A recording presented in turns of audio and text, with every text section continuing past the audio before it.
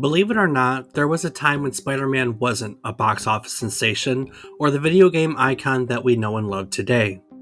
There was a time when he was just a twinkle in Stan Lee's eye, a time when video games were still just trying to figure out how to make a pixelated character climb a wall. Today, we're going to head back. We'll be deep diving into these early days of Spider Man and tracing his web footsteps from the comic book pages to the pixelated buildings of the very first Spider Man game and beyond.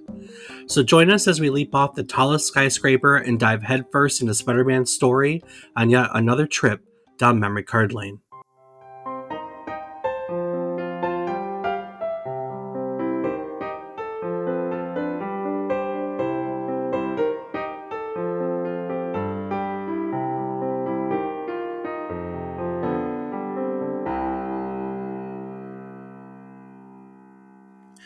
Good morning, good afternoon, and good evening. I hope these words find you well. Hello, and welcome to the 176th episode of our Video Game History Podcast, A Trip Down Memory Card Lane. Each week, we'll tell you a story relevant to the current week in gaming history. It can be about a game or the people that create them. It can be about a gaming console or the companies that make it all happen. As long as we can make it relevant to this week, we're going to roll with it. While doing so, we hope to teach you something new about the topic, what it took from the world as its inspiration, or what it gave back to the world in its legacy today. We're all going to learn about the history of Spider-Man, take a look at the very first video game starring a Marvel character, which is 1982 Spider-Man for the Atari 2600. Surprise, surprise. And we'll wrap up our episode today by talking about some of the Spider-Man titles that have been made since. I'm David Casson, and as always, I'm joined by my co-host, who is always caught in a web of intrigue. He's my brother, Rob Casson. Rob, what's so interesting today? Well, Dave, it would have to be just why. Just why is of interest. Just a simple question, or the letter Y? Yes. Fair enough. That's very intriguing. I don't even know why I asked. It just brings up more questions, which is of interest, actually. So kudos. Thank you. Yeah. So what you got for a little brief history? What's going on this week in gaming history? Well, Dave, we found ourselves in the week of January 7, 2024, and there are certainly some things to look back on in gaming history. In 1932, Bally Manufacturing was founded by Raymond Maloney, starting out as a pinball manufacturer, but later ending up in the video game market as Bally Midway in the 70s and early 80s. Mm-hmm. In 93, the side-scrolling beat-em-up Streets of Rage 2 was released for the Sega Mega Drive in Japan. 19 years ago, in 2005, Mercenaries Playground of Destruction was released for the PlayStation 2. They need to bring that back. Well, Dave, the reason they might not have is that it had stiff competition, as it was released against Game of the Year winner Resident Evil 4. Oof. Yeah, pretty tough to go up against that one. And then 19 years later, they make a Resident 4 Evil remake, and it once again, the remake is part of the Game of the Year discussion, which I don't necessarily agree with remakes being Game of the Year nominees, but it is what it is. So, yeah, it's just crazy how we're coming full circle. In 2008, Electronic Arts completed its acquisition of VG Holding Corp, which added BioWare and Pandemic Studios to its EA Games label. Okay. Also in 2008, Take-Two Interactive finished its acquisition of Illusion Softworks, the studio behind the Hidden and Dangerous series, and the first in the Mafia series. That studio is renamed to 2K Jek. And yet again in 2008, Valve acquired Turtle Rock Studios, who had previously helped work on the Xbox version of Counter-Strike, and was the primary developer on Counter-Strike Condition Zero. They would later create the Left 4 Dead series. And not a bad acquisition, I would assume. Actually, No. So they worked on Counter-Strike and Counter-Strike Zero, and then Valve pretty much said, like, hey, you want to make something of your own? And they said, sure. And that's where we got Left 4 Dead. A great series it is. It is. It's good Good game. In 2016, That Dragon Cancer was released worldwide on Steam. It's an autobiographical game based on a family's experience of raising and losing their son to cancer. A must play for people who like games that make you feel. Yeah, that's a brutal one. But as someone who believes in video games as art, I'd highly recommend it. Well, if you're looking for something a little trippy, it's been 3 years since the release of Psycho Cat The Door on Steam. Its official description reads Playing Psycho Cat is like learning how to rub your belly while patting your head. It might take a few tries to succeed, but once you master it, it feels like you've unlocked a superpower. And speaking of superpowers, Dave, why don't you go ahead and tell all of us about Spider Man? All right. Well, buckle up, webheads, because we're about to swing through an epic video game journey of your friendly neighborhood Spider Man. It's a wild ride of ups, downs, and plenty of sticky situations. Sticky in the fun Haha. kind of way. Ew. It's 1962, and Marvel Comics editor and head writer Stan Lee was looking for a new superhero idea. At the time, there was a huge demand for comic books with teenagers, and he was looking to create a character with whom they could identify. It was his kind of thing, after all. Prior to this, he had made his mark as one of the creators of the Fantastic Four. Now, the Fantastic Four came about when his boss, Martin Goodman, went golfing with one of the executives at DC Comics, and Goodman proceeded to sit there and listen to them brag about their new superhero team, the Justice League of America. As a result, Goodman went to his own comics editor, Stan Lee, and asked him to create their own comic book series about a team of superheroes. Now, Stan Lee had been serving as the editor in chief of Marvel Comics and its predecessors, which were Timely Comics and Atlas Comics, for decades. And he had kind of felt that comic books had become stale at that point. So he decided that for once, he would create the characters, the kind of characters, rather, that he could personally relate to. As he put it, they would be flesh and blood. They would have their faults and follies. They'd be fallible and feisty.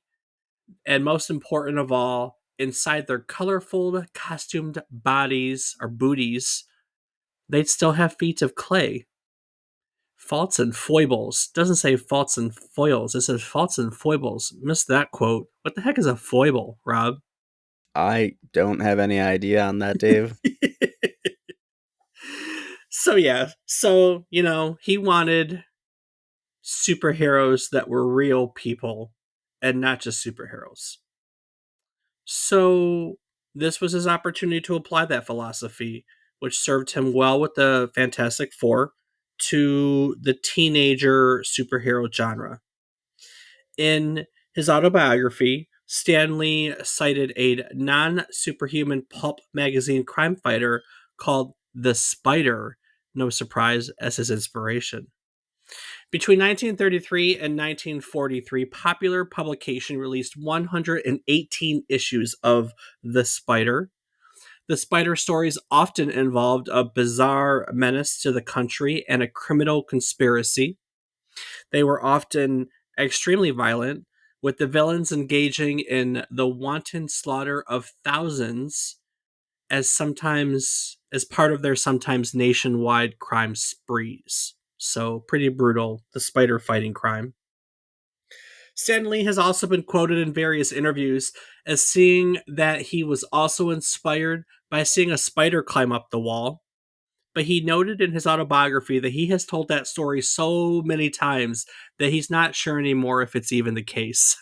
Nice. But the influence that the pulp character, the spider, had on Spider-Man is pretty obvious. The spider was often wanted by both the law and the criminal underworld, something that is seen in pretty much all the early Spider-Man stories. And through the years of struggle, the spider had developed a sixth sense of sorts, which warned him of danger. Is your spidey sense tingling with that one?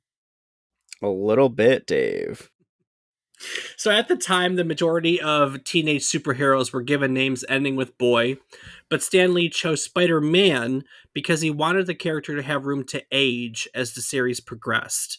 And he also felt that by calling it a boy, that the superhero was going to be perceived as being inferior to all the other superheroes.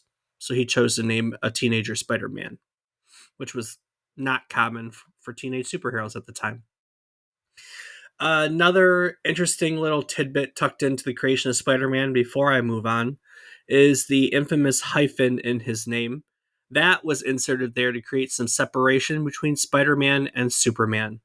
The more you know. Their names are very close to one another. Both have red and blue costumes with names that start with an S and end with a man. So he had to separate them. You know what I mean? Yeah.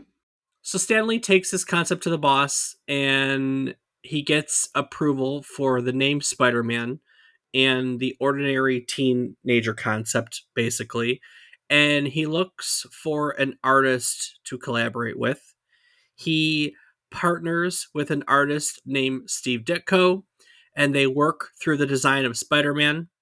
They get the boss's approval to do a Spider Man tryout in the 15th issue of Amazing Fantasy, but only because it has already been decided that Amazing Fantasy was going to be canceled after that particular issue. So the comic book publisher had nothing to lose. With nothing to lose, they create a story. It gets published in Amazing Fantasy, and Stan Lee and Steve Ditko move on with their lives.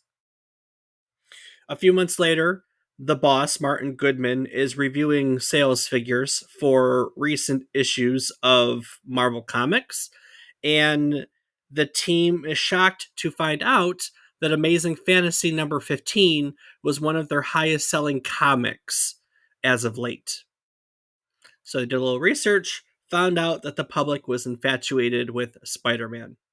So Goodman goes back to Stan Lee and Steve Ditko and asks them to create a solo series for Spider Man, which began with the Amazing Spider Man number 1 in March of 1963.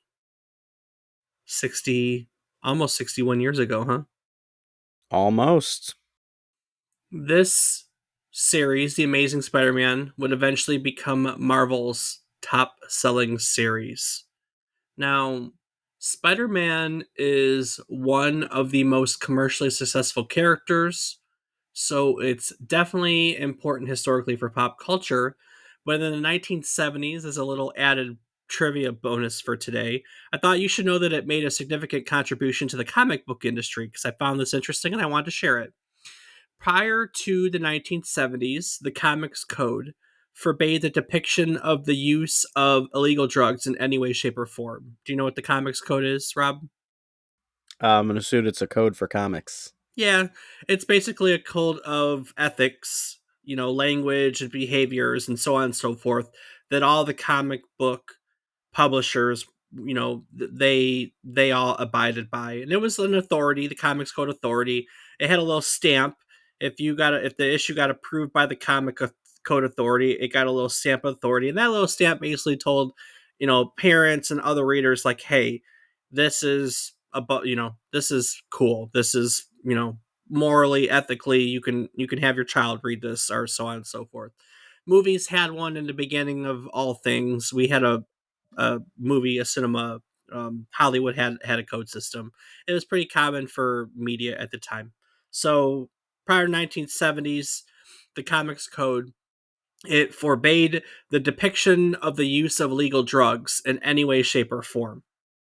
Can't portray drug use at all. Illegal drug use, rather.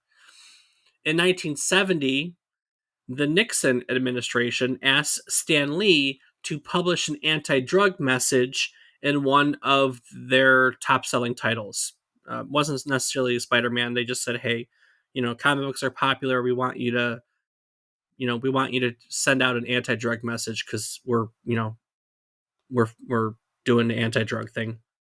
So Marvel chooses Spider Man and they come up with a story in which Harry Osborn, Spider-Man's, Peter Parker's best friend, becomes addicted to pills, And when Spider-Man fights Harry's father, who is the Green Goblin, he defeats him by revealing Harry's drug addiction, catching him off guard, and so on and so forth. It was a very clean anti drug message, but it still wasn't allowed under the Comics Code. So the Comic Code Authority refused to issue that story, that comic book, a seal of approval. Marvel ended up publishing 3 issues of Spider Man around this storyline without the Comic Code's authority, approval, or seal. These issues sold so well that it showed the showed basically everyone that the Comic Code Authority censorship had no clout whatsoever. People didn't care about the seal approval. So in response to that, the Comics Code was revised. So neat little story about Spider-Man and positive messages, right? Positive anti-drug messages. Well, damn. I thought that was a cool story. It's a cool It story. is. It just goes to show that drugs, man, don't matter. It's a completely different topic 50 years later. So leading out of the 70s and 80s, Spider-Man remains an incredibly popular figure for Marvel. And of course, whenever you have a popular character, you're always looking for merchandising opportunities. This is also, as we've talked about, a time in which the video game industry is basically having an identity crisis. We don't quite know yet where exactly the video game industry falls in the realm of electronics, basically.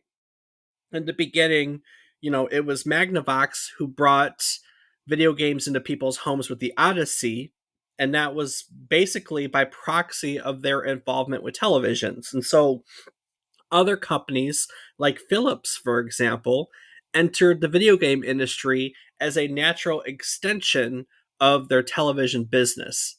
Many of the other companies that brought video games into our homes in the beginning were toy companies because video games were seen as an extension of electronic toys by some. And like I said, it wasn't yet its own industry. It was televisions to some, it was toys to other. We didn't quite know where it fit. There were straight up toy companies producing consoles in the first and second generations. Coleco, Bandai, Mattel made the Intellivision. Technically, Nintendo was a toy company at one point. We did a whole episode on it. They went from playing cards to electronic toys to electrical mechanical games. And then finally, with the TV game or TV Home One or whatever it was, we did an episode on it. They broke into home consoles, and then of course they made the Nintendo and saved the industry, and the rest is history. But toy company, Nintendo was a toy company, Mattel and Television, toy company, the ColecoVision, toy company. All these toy companies were making video games because it was seen as an electronic toy at the time, on one part of the industry. One of the other companies that was progressing similarly was Parker Brothers.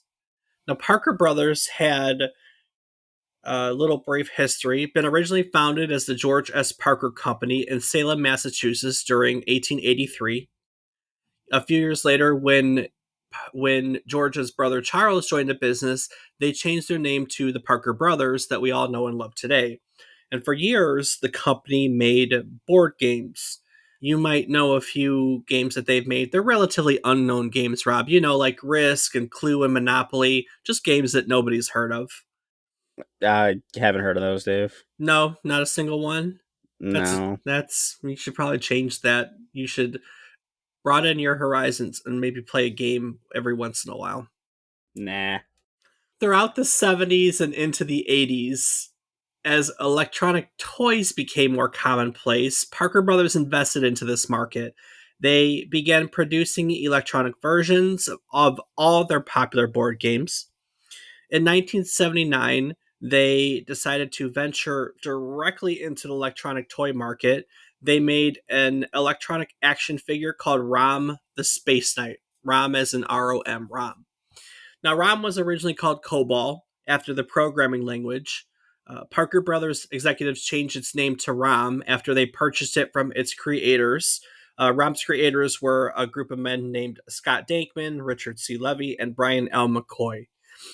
So they purchased Cobalt the Knight, the Space Knight. They changed its name to Rob. It wasn't a great toy, but it was something new. Toys were something like electronic toys. These were something that were new for Parker Brothers. So they tried to minimize the risk of going into electronic toys by producing it as cheap as possible. But you still had to make it exciting, right? I mean, you can make a cheap toy, but you got to find some way to keep the kids interested and want to buy it. You know what I mean? True that. So, in order to drum up interest in Rom the Space Knight, Parker Brothers ended up licensing the character of Rom to none other than Marvel Comics, who then created a comic book called Rom the Space Knight. The comic basically laid down the premise that Rom was a cyborg, and it established the character as existing within the Marvel universe. Rom frequently had encounters with well known villains from the Marvel universe, and he fought alongside well known superheroes. Funny enough, the comic book actually outlasted the toy by a long shot.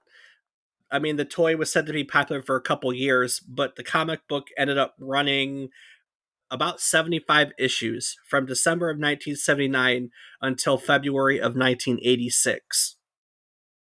Now, before someone catches me, because there's always going to be that one guy who does the you're wrong, ROM was licensed by IDW Publishing in 2016 and brought into the Hasbro universe, fighting alongside the Transformers. So there is a modern Rom the Space Knight who fights not as a Transformer, but alongside the Transformers. But the original run of the comic book was from 79 to 86. Coincidentally, at some point, pure coincidence, maybe not, I don't know, but I thought that this was a fun little tie in. In 1984, towards the end of the run of the comic book, Steve Ditko, the co-creator of Spider-Man, actually becomes the regular artist. He does all the artwork for ROM for the last couple years or year and a half rather of its run. Come full circle on that one. So with the ROM figurine, Parker Brother breaks into the toy market and they continue making electronic toys. So when the Atari at the end of the 70s pretty much breaks the home video game market open, all of these toy companies, like the Mattel and the Colecos and the Bandais, they start eyeing the potential to enter it and make more money. And Parker Brothers was no exception to this rule. So Parker Brothers hires a small team of programmers and they decide that they're going to make licensed games for the Atari 2600. One of the programmers that's hired was a lady named Laura Nikolich. Now, Nikolich had her MBA in engineering technology. She was particularly interested in computer programming, and after earning her degree, she had found a job at a nuclear power plant programming monitoring systems. So, for whatever reason, when I saw that, I pictured her as Homer Simpson. So, Nice. when I think of someone sitting in a nuclear plant console, I mean, how many other references do we have of that? No, I mean, you got a good point, Dave. He will forever be a nuclear power monitoring person. It's either that or Chernobyl. Those are our two reference points for nuclear power plants. So, You have to remember he's the safety inspector of Sector, I think, 7G. okay, I don't remember. I got the nuclear power plant part right. It wasn't a forever job for Nora Nikolich. It was not a forever job for Laura Nikolich, though. And at one point, she found herself talking to Parker Brothers at an employment fair. They really wanted me to come work for them, she recalled in a 2018 Polygon interview. I had the skills, but as a woman, I also helped them hit diversity hiring quotas. So they worked hard to persuade me. And when I worked there, they treated me so well. So Parker Brothers had decided to make video games for home consoles, both ports of existing game and licensed titles once they got everything rolling. They, for instance, brought Frogger, which we did an episode on. We talked about the fact that Frogger has been ported over to everything. One of those ports was for the Atari 2600, and that was done by this team at Parker Brothers. Parker Brothers also brought Qbert to the Atari 2600 as a port. As for licensed titles, other programmers in the department were given the task of bringing Star Wars to the Atari because we haven't gotten to an episode on it yet, but we will. But the very first Star Wars licensed game ever was for the Atari, and it was made by Parker Brothers by some of Laura Nikolich's colleagues. But Laura was gifted Spider-Man. I had full creative control, she mentioned in the same Polygon interview, and decided to go with a vertically scrolling game, she added. A vertical game makes sense because Spider Man swings across tall buildings. Damn, that's smart. Well, vertical scrolling was rare. I mean, it was rare at the time. I mean, we're not too many years into this, you know. That, no, 100%. So, just to give some context, it's really important to understand back then, companies like Marvel, they weren't controlling their intellectual properties like they do with modern games. You know, nowadays, since we're on the topic of Spider Man, and the Spider Man games for the PlayStation made by Insomniac Games have been like all Game of the Year contenders since they've been making them. A game like that, Marvel has a really tight grip on the representation of their intellectual property. They control a lot of the aspects of those games to make sure that Spider-Man is a proper representation of their property, right? But back when that wasn't the case. Back when companies like Marvel were just happy to take the licensing fee. They would take the money, they'd sit back, and they would let someone else do all the work. That's the way it worked back then. So Nikolich would go on to work on an unreleased Care Bears game afterwards before hanging it up to start a family. But she looks back at her time at Parker Brothers as some of the best in her entire career. As an added bonus, making video games was passed down to her children. At the time of that Polygon interview, she had one child that was a technical advisor for DICE and another that was one of the design leads for Bungie. So, Wow. her game, Spider Man, which was released in 1982 for the Atari 2600, it's not only the first game featuring Spider Man, it's the first licensed Marvel video game, period. In this game, you control Spider Man. He is attempting to scale a building and defuse bombs that are planted by the Green Goblin. Spider Man is able to use his web lines to move up the building. You can move diagonally or you can move straight up. And hanging out some of the windows, popping in and out of these windows are these criminals, and basically they've got scissors and they're trying to cut the web, and if they cut your web you go plummeting to the ground. Now, I mean, you have like life, you know, the way the game works is you have a limited number of like web stuff, that's your life, and like as when they cut it you lose some, that's your life basically. So if you run out of web juice and they cut your thing, you go falling to the ground. Once you get to the top, you face off against the Green Goblin. If you manage to defeat him, you all scurry off to another building that's taller, faster, different. You rinse and repeat until you're finished playing. There is no end to this game whatsoever. It's a game that just has a really simple but clever loop. It was reviewed. It was called clever. It was called engrossing. I mean, it was a good game for the time. It was a good game for the time. You know, we look back at some of the games at that period and we go, what the heck were people thinking? This one wasn't mind blowing, but it's not one of those either. You know what I mean? So it was clever and engrossing. I find it hard to believe that there's not a an end, Dave. I bet there's someone out there who can prove that wrong. Game has to crash or something. Are you talking about Tetris? You're talking about Tetris, aren't you? There's a lot of games that do that, Dave, where it couldn't handle the memory overload and just crashes after a certain point. Tell me you read that story this week.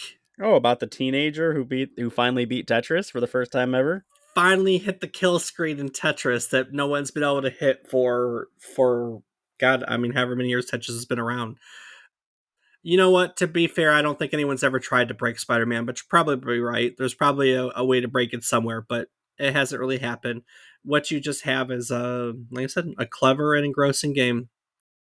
And speaking of clever and engrossing, have you, dear listener, ever considered making your own podcast? Do you have something clever and engrossing that you'd like to share with the world, but you really don't know how? Our friends at Zencaster have created an all-in-one suite of podcasting tools that makes it easier than ever to create your own podcast. With Zencaster, it's super easy to record a podcast. Everyone logs in using their web browser, and you just start recording a high quality podcast right away. It allows you to record up to 4K videos with your guests. And with Zencaster's multi-layered backups, you always have the highest quality recordings, even if the connection is unstable. And with Zencaster, you never have to worry about what you sound like. Zencaster's post-production process makes you sound buttery smooth. It automatically removes all those ums and ahs, gets rid of all those awkward pauses and conversation. You can set the podcast loudness. You can reduce background noise. All of this is done. It's a bunch of features. You click on a menu, and then you hit a single click of the button. You tell it to go and do its thing, and away it goes. And even if the thought of podcasting overwhelms you because you think you need tons of different tools and services, you can relax. Those days are over. With Zencaster's all-in-one podcasting platform, you can create your podcast all in one place and distribute it to major destinations. So, if you'd like to start your own podcast, or maybe you want to take your podcast to the next level, we've got a deal for you. Go to zencaster.com/pricing.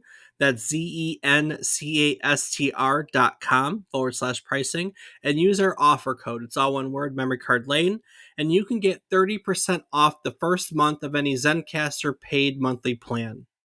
Sign up for Zencaster today, and you can experience the same ease in producing your own high-quality podcast as we do each week. Go out and share your ideas with the world. So, Nikolich's Spider-Man game, which in itself was a great idea, may have been this first Spider-Man game, but as we know now, thankfully, it wasn't the last by any stretch of the imagination. Now, for the sake of time, I'm not going to talk about every single game that's out there, but I do want to highlight some of what I think are the more interesting ones that I found while doing research for this episode. We've already talked about one of them. It was Quest Probe featuring Spider Man. We discussed this in episode 155, which is about Adventure International. A little quick backstory. Adventure International was a video game company. They made some of the very first adventure games that were ever published for microcomputers. Of course, we know that the adventure genre goes back further than that, to Zork, and which we're doing in a few weeks, and or maybe next week, and Colossal Cave Adventure. But Adventure International here made the earliest ones once microcomputers became a thing. That was called the Adventureland series, a whole series of great adventure games. But aside from that, they made this trilogy of graphic adventure games, which are called the Quest Probe series. And the second game in that series features Spider-Man himself. It was released in 1984. I'm not going to go into it in any more detail because, like I said, we did a whole bit on it in that episode. So if you're interested, go to our archives, check it out. It was episode 155 on Adventure International. In 1989, a company called Paragon Software, they released a side-scrolling game for various home computer platforms. It was called The Amazing Spider-Man and Captain America and Doctor Doom's Revenge. That game features a whole assortment of Marvel Comics supervillains through the course of the game, many of whom are considered minor characters in the comic books. Lobo is there, Great Gargoyle, Machete, Boomerang, Oddball, Electro, Hobgoblin, Rhino, Batroc the Leaper, Zeran. Zeran? I don't know, Dave. That's not one I'm familiar with. I think that one might have been made for the game. There was one in there that is made for the game, and that might be it. Anyways, and then Doctor Doom himself is part of it. It's funny, they may have been minor characters in comic books, but like Electro, Hobgoblin, Rhino, like people really know those nowadays. You know what I mean? Doctor Doom Very for true. sure. That same year in 1989, there's also a video game called Revenge of Shinobi for the Sega Genesis that has Spider-Man in it. At least some versions of the game have Spider-Man in it. And the reason is fantastic and worth talking about. So, the game's director, Noriyoshi Oba, made these rough sketches of characters for the game. They were based on what he had in mind at the time, and he made them with the expectation that the character designer would take the like his little sketches and modify them and then add their own creative touches, redesign them and kind of make them fit this game. However, the character designers did not do that, resulting in some enemy characters in that game that are basically like clones of Sylvester Stallone. There are Batman clones in the game. There are Spider-Man clones in the game. There's Terminator clones, and there are Godzilla lookalikes in the game. There are actually multiple versions of the game. They re-released it to not break copyright. They basically swapped the color palette. So like Spider-Man in the next version had a pink, it was just a pink Spider-Man looking dude. At some point, however, Sega was actually able to get a copyright for Spider-Man because they were the publishing studio for another game in which Spider-Man was in, and through that they got licensing rights to Spider-Man. So they were able to re-release Revenge of Shinobi with Spider-Man in it, actually. So there are versions that don't have Spider-Man, and there are versions that do have Spider-Man, and also Batman. Genuinely, if you go back and you look at videos of Revenge of Shinobi, you're like, how the heck did anyone get away with that? I mean, the answer is because no one really looked at copyright like they do now, but it's kind of funny because you can clearly see the resemblance in this fantastic game. So, I'm still trying to figure out what that has to do with ninjas. nothing. Absolutely nothing. It has nothing to do with ninjas. He just was not an artist, and he just sketched things that he knew, and he was like, "Hey, change this. This is a spider guy in a spider suit ish character. Make this not look like Spider-Man, but reuse this because this is my idea." Or like Batman was a guy with bat wings, like an enemy. I mean, because like Revenge of the Shinobi is kind of like got some supernatural elements to it, so it could be a giant bat type thing, like type creature, right? So he's like, I got Batman stuck in my head, but make this a giant bat creature. And the guys go, okay, Batman in the game, got it. you know? Yeah, but Shinobi is ninja. Yeah, I know. So it just was it Yeah, just because they were covertly not the same thing? Like it's just I don't know. It's weird. yeah. I mean, like I said, they were just fighting supernatural characters. We did an episode early on Ninja Gaiden, and Ninja Gaiden fights weird characters too. Yeah, but they're ninjas. No, I mean the in Ninja Gaiden you're fighting bats and these weird like Yeah, but what are you as the character? in Ninja Gaiden, Yeah. you're a ninja. In Shinobi, Okay. no, in Shinobi, you're also a ninja. You're fighting against these characters. Oh, as a shinobi. Okay. Yes. That's the part where I didn't get it. You just kept naming off the characters, and I was like, what does that have to do with ninjas? Oh, so they But it's because are. you are the one. Yeah, Okay. you're the ninja, and these are enemy characters you're fighting against, which were supposed to be creatures, and they just ended up being clones of. It's funny. I mean, it literally looks like Batman is standing there.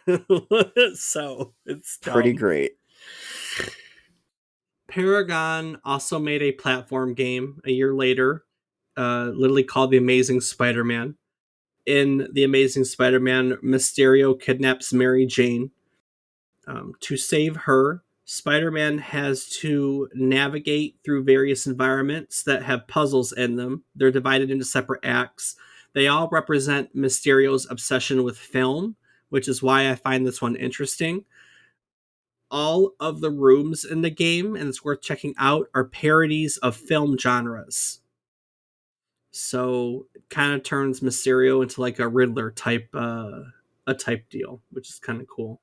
Paragon also made 3 Amazing Spider-Man games for the Game Boy, but they're completely unrelated to the Amazing Spider-Man. So there's a whole bunch of those. In 1991, there is a Spider-Man arcade cabinet that is a side-scrolling beat 'em up, which is kind of like our Ninja Turtles arcade game or the Simpsons one that you and I played a while back. Remember the very first Simpsons game? Yep, I made you play through the Simpsons arcade, which was a lot of fun for, I don't know, would it take us an hour? something like that. I love those games. I love those games. I mean, that whole era of Teenage Mutant Ninja Turtle arcades, that side scrolling beat 'em up, that was Turtles was my gateway into that. Yours too. And all the other licensed property they made around it is a lot of fun. I can't say I've ever played the Spider-Man one. I have to, like, in hindsight, find it and see if we can't play through that one. There was a Super Nintendo title released in 1994 called Spider-Man and Venom Maximum Carnage.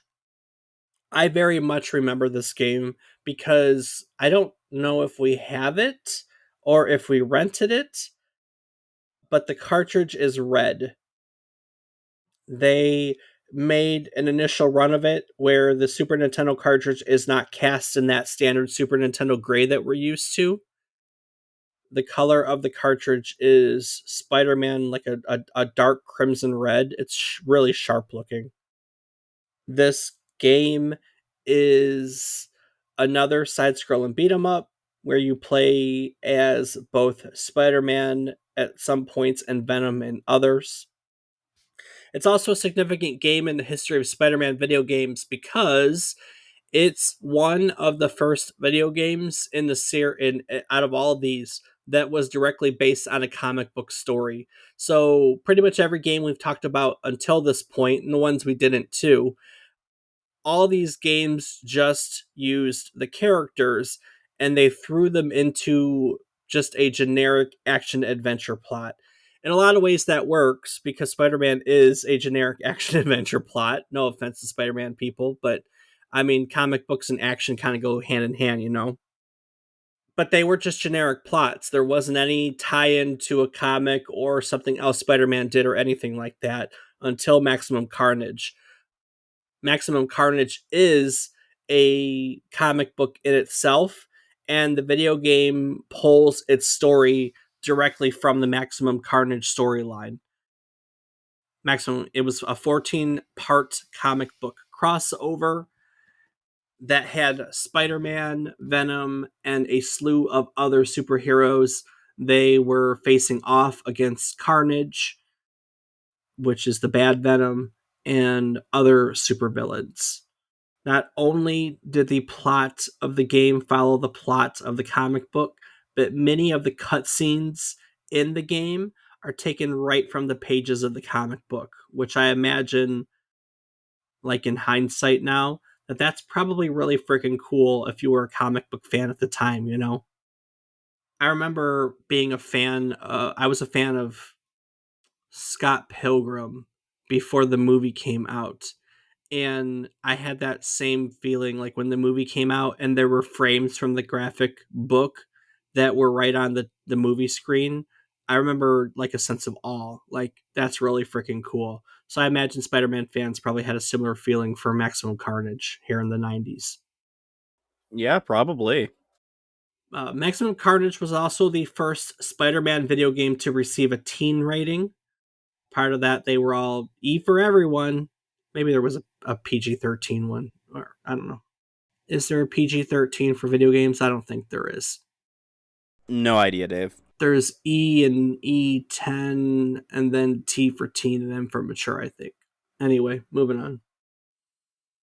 So around the year 2000, Activision acquires the Spider-Man license, and they work with Neversoft to develop a Spider-Man title that year. It's just called Spider-Man. It's a straightforward storyline. Spider-Man goes against his enemies per normal, except in this one, the last boss is also related to Carnage. That's why it popped up into my head. Carnage is a alien symbiote, the same thing that Venom is, but the bad version. That's why I called him a bad Venom. And so at the end of this game, that symbiote, that Carnage symbiote, possesses Doc Ock, and so he gets turned into a character that the game names Monster Oct, which is the only like out of the ordinary thing about the characters, bosses, so on and so forth in that game is Monster Oct. What's interesting about this year 2000 Spider-Man, though, is that Neversoft had literally just developed Tony Hawk Pro Skater a year before. And this engine that they used to make Spider-Man is the same engine that they used to make Tony Hawk.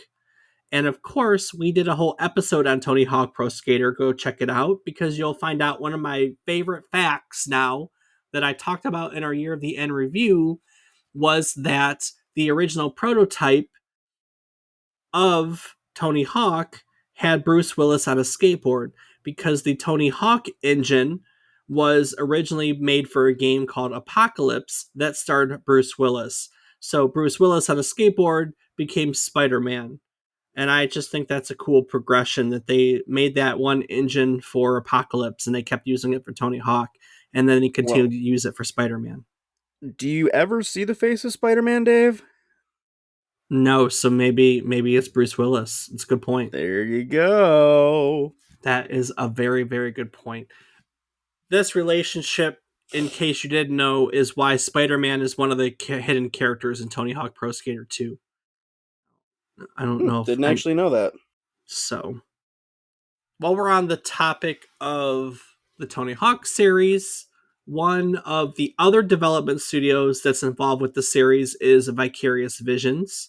Like I said, you can learn all about Neversoft and Vicarious Visions in our episode on Tony Hawk. That was episode 161. But for our purposes today, you should know that Vicarious Visions worked on a number of Spider-Man games, including some of those Game Boy titles. There were some Game Boy Color titles, and Spider-Man 3, which was tied into the movie Spider-Man 3. And since we're talking about that movie trilogy, you should also know that the other games in the movie trilogy were in part worked on by Treyarch, which would go on to create a large number of games in the Call of Duty series. And of course, these are all the games in the series before Activision lost the license. They lost it just before releasing The Amazing Spider-Man 2 in 2014. That license, as we now know, was acquired by Insomniac Games, who has now brought us 3 excellent games in the Spider-Man series. They've all, at the very least, been nominated for Game of the Year. I don't believe any of them, Spider-Man, Miles Morales, or Spider-Man 2, none of them have taken home the Game of the Year title, but they have all been nominated for it, which is great because when so many games are released every year, to me, it's an accomplishment just to be a part of the Game of the Year conversation. So, yeah. Have you played any Spider-Man games? Like any new ones, old ones, any of them anywhere? I have played one. I don't remember. I think it was the second one because I'm pretty sure I remember fighting Doc Ock. Okay. So assuming it's like the movies, and that was Spider-Man 2 for the PS2. They did. They made those movies as a trilogy the same way that.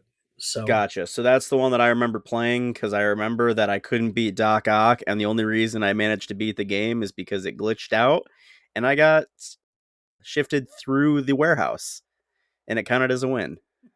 And I was like, sweet, I did it. That's funny when stuff like that happens. Oh, I love it. It was fantastic. That is very funny. I do want to play more. Just, A lot of them were on PlayStation, and no PlayStations. No PlayStations.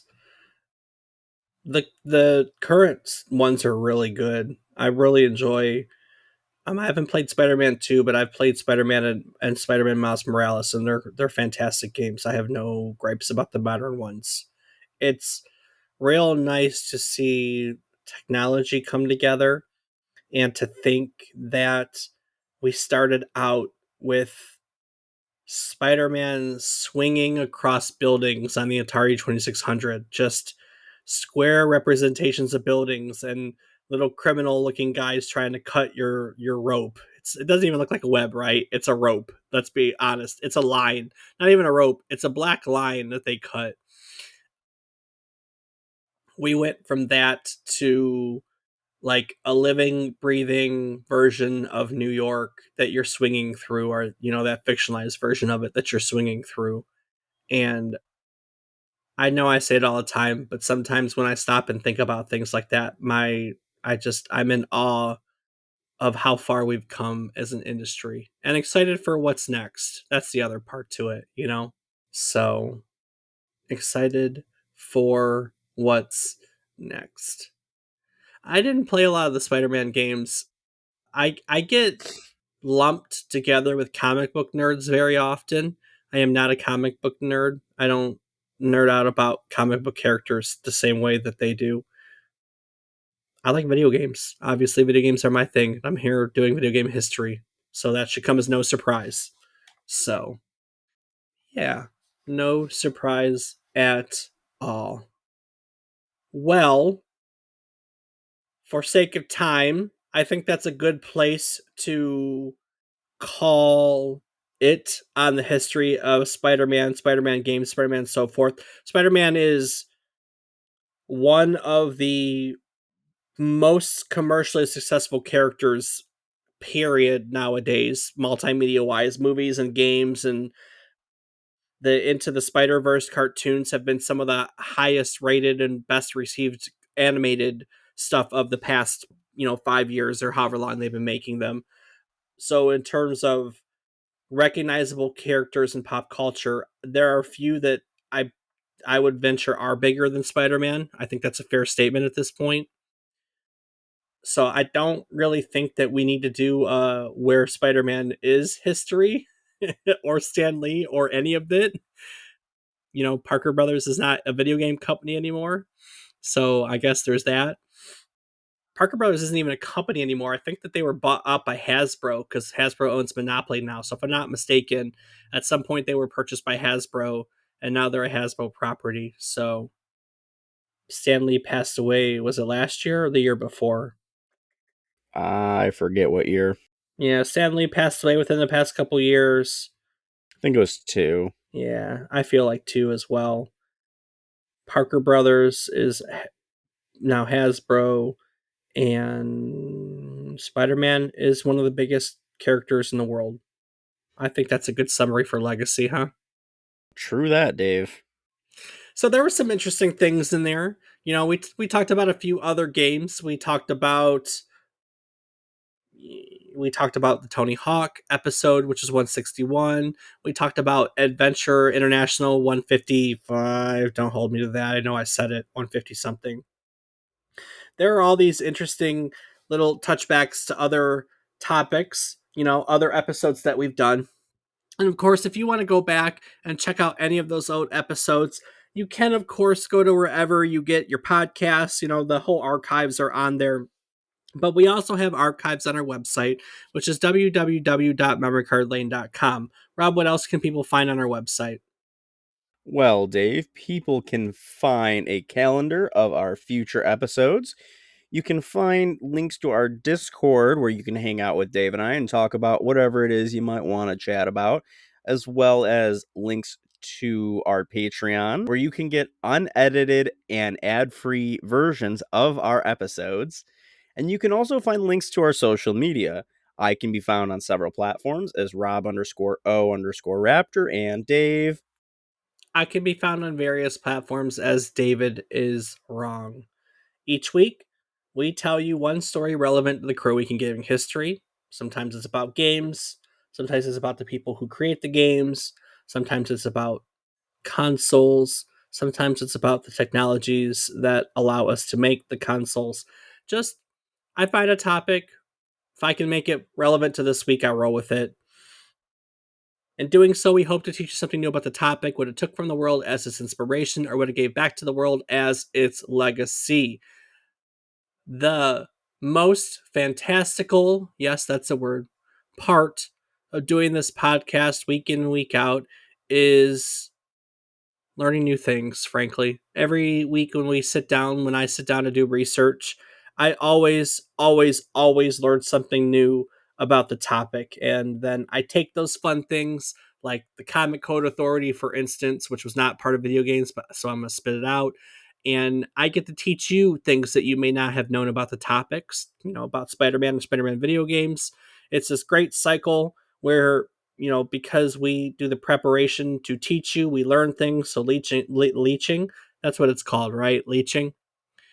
So teaching, learning, it's a fantastic cycle that I love. In recognition of that cycle, every week we like to go round table and talk about our takeaways. So Rob, what did you learn today?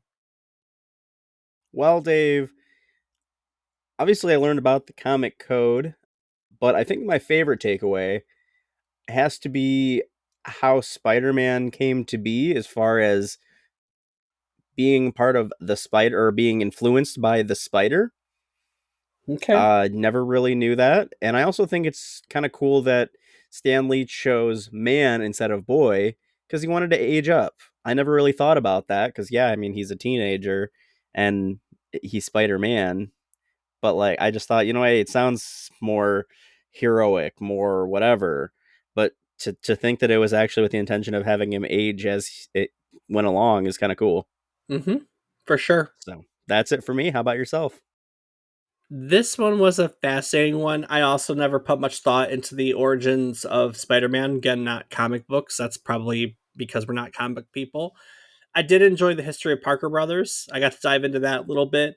Learning about their first electronic toy, the Space Knight, and that they did a comic book tie-in was pretty cool. And just watching that evolve into them getting more into electronics and video games it's cool.